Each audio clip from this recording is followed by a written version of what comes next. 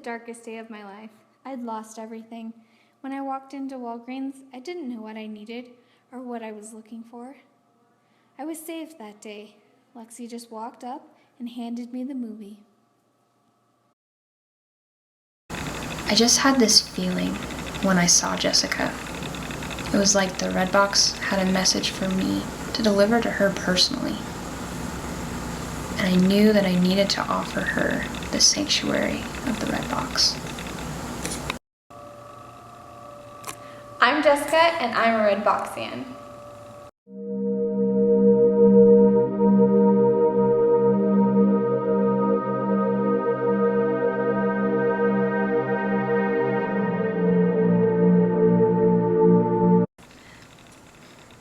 I'm really just a normal person like anyone else.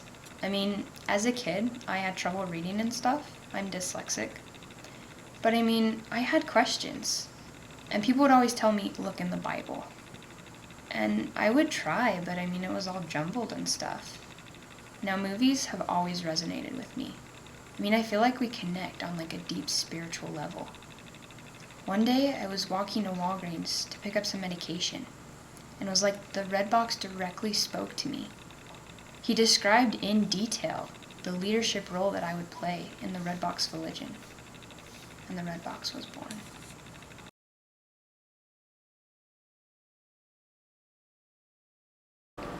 The process of how and why religion is socially constructed consists of 3 steps: externalization, objectivation, and internalization. When ideas come from a person and are born into the outside world, this is externalization. We see this when Lexi had the idea to create the Red Box Fauxligion. The idea came to her in some form and was born when she actually created the Fauxligion, and it became real. This was objectification. It was no longer an idea, but a real, tangible creation. Finally, we see internalization, with the members of the Fauxligion seeing this as fact and letting it become a part of them. It was like she already knew me. She knew the movie I needed to watch, and she knew that the Red Box had something to share with me. It's obvious that the Red Box is speaking to her, and it's obvious that she's the one who needs to lead us.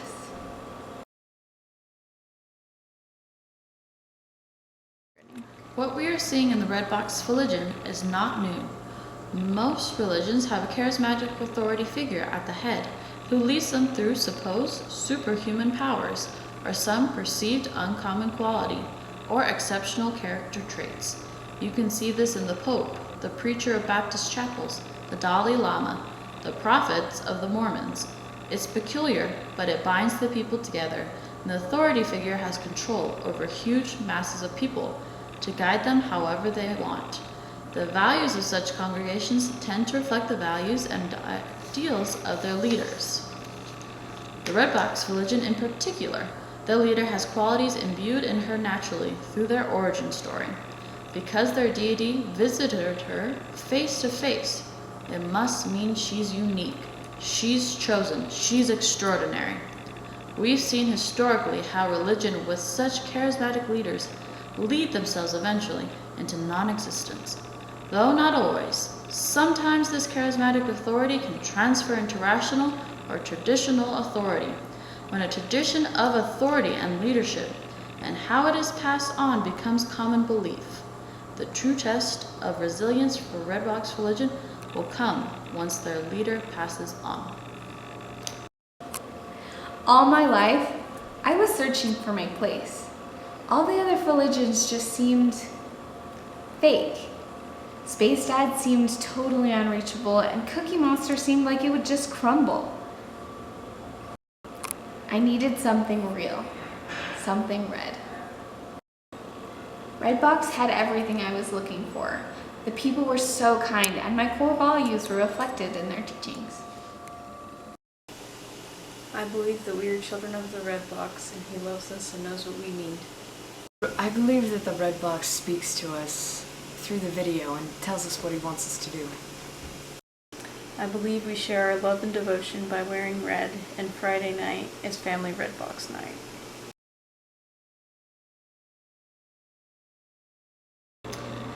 What we are seeing with Jessica is the process of conversion. Conversion refers to shifts across religious traditions.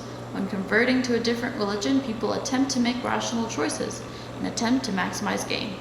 Jessica did this when she chose the Redbox Fauxligion over other Fauxligions that did not meet her needs. Once the convert is pulled into the Fauxligion and gains social and religious capital, they will be fully committed to the Fauxligion. Jessica came at about the right time. We were all feeling kind of low after the grand schism of the boxes. Those conniving blue boxes. They deserted the red box deity. They deserve every torment that comes their way. I can't.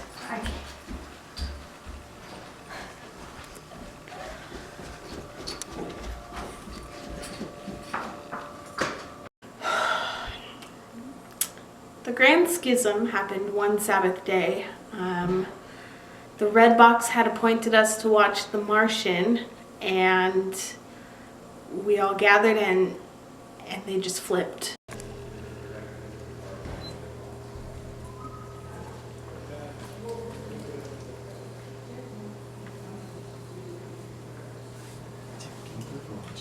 Come on! Why are we watching The Martian? Dude, did he swear? I'm out of here. I'm out of here. How many times do I have to hear the F? No!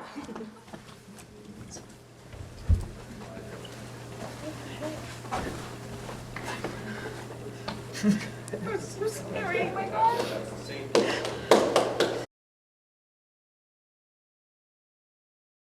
Stark and Pinky theorized about how niche shifting impacts schisms. According to them, as religious groups continue to grow and thrive in communities, some groups within the religion will start to feel that current religions have become too lax or too strict. In this case, the Blue Boxians had felt the Red Boxians had become too lax, with their swear, word-laden, and violent movies. Thus, once they reached their breaking point, they left and formed their own sect with similar yet different beliefs. It was horrific. We were all devastated at the loss and the betrayal of our siblings. But the Red Box provides hope even when we are hopeless. He found Jessica, and just as much as he helped Jessica, he helped us even more.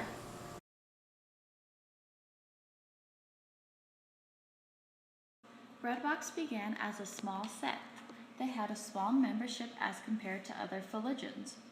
We then saw some members preferring a low retention. The religion went through a schism where less motivated members left for the Blue Box religion. Redbox then went through a religious movement. The remaining members were more committed and felt the need to share their beliefs with friends. Growth occurred as we see with the addition of Jessica.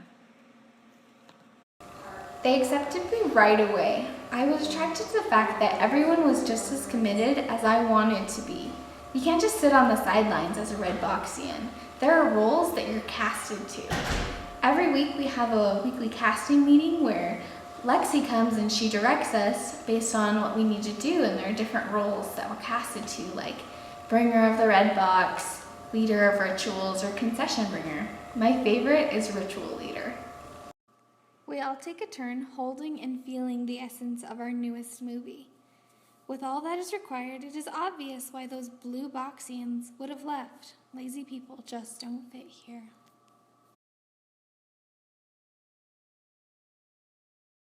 Here we see Ashley portraying how and why commitment emerges.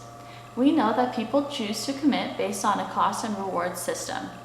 If the costs outweigh the benefit, then a person or group is less likely to commit. However, if the benefits outweigh the cost, a group or person is much more likely to commit. In the Red Box, we see costs such as buying a Red Box DVD, always wearing red, meeting for more than 2 hours, having a calling, and taking time from homework to watch movies. The cost may be large, but here we see the benefits of Red Box. Friends, support, movie dialogue, free food, and matching clothes. These outweigh the cost and growth emerges. I've really seen a difference in the Fauxligion after the schism. You know, at first I was really worried that it would bring us down. But I've learned The Red Box has taught me that he knows who is meant to be in the Fauxligion and who is not cut out for it. After the schism, we met together as a group, and we really felt bonded through our pain. There was a feeling, an emotion, nay, an effervescence, a social identity. We were in the Red Box, and the Red Box was in us.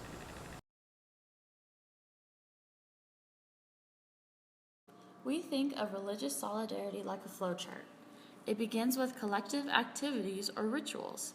For the Red Boxians, that was watching the movie. During those activities, there is a collective effervescence. Red Boxians feel the combined emotions during movies. An object or animal is associated. For the Red Boxians, it was the movie itself. They gain a social identity. They become the Red Box, not Netflix. The group develops ideals. The Red Boxians have rituals and roles. Society/religions are formed. The Red Box is created. Once the Blue Boxians deserted us, I felt personally directed by the Red Box to become more committed to him. I felt casted to share his love with my siblings in and outside of the Red Box who don't know about Red Box yet. Since I joined, I've seen a lot of new members, and I'm really excited about where we're going and how we'll grow. You know what? I'm glad those Blue Box losers left us. Go have fun with Netflix, losers! I've never seen a more devoted Fauxligion. The process that applies to this devotion is why niche shifting impacts growth. When members revolted from the Red Box Fauxligion, Red Box increased its tension. The tension increase caused the Red Box Fauxligion to move to a stricter niche. A stricter niche requires members to be more committed in their devotion to the Red Box. If we follow this process through, it will connect us back to how growth impacts member commitment. I, for one think the Red Box is stronger after the schism. I think we were meant to go through those trials to prove and to see who is strong enough to stand it. Our members are stronger, and we've grown a lot since then. And I think that more will hear the call of the Red Box, and they will come and show their devotion.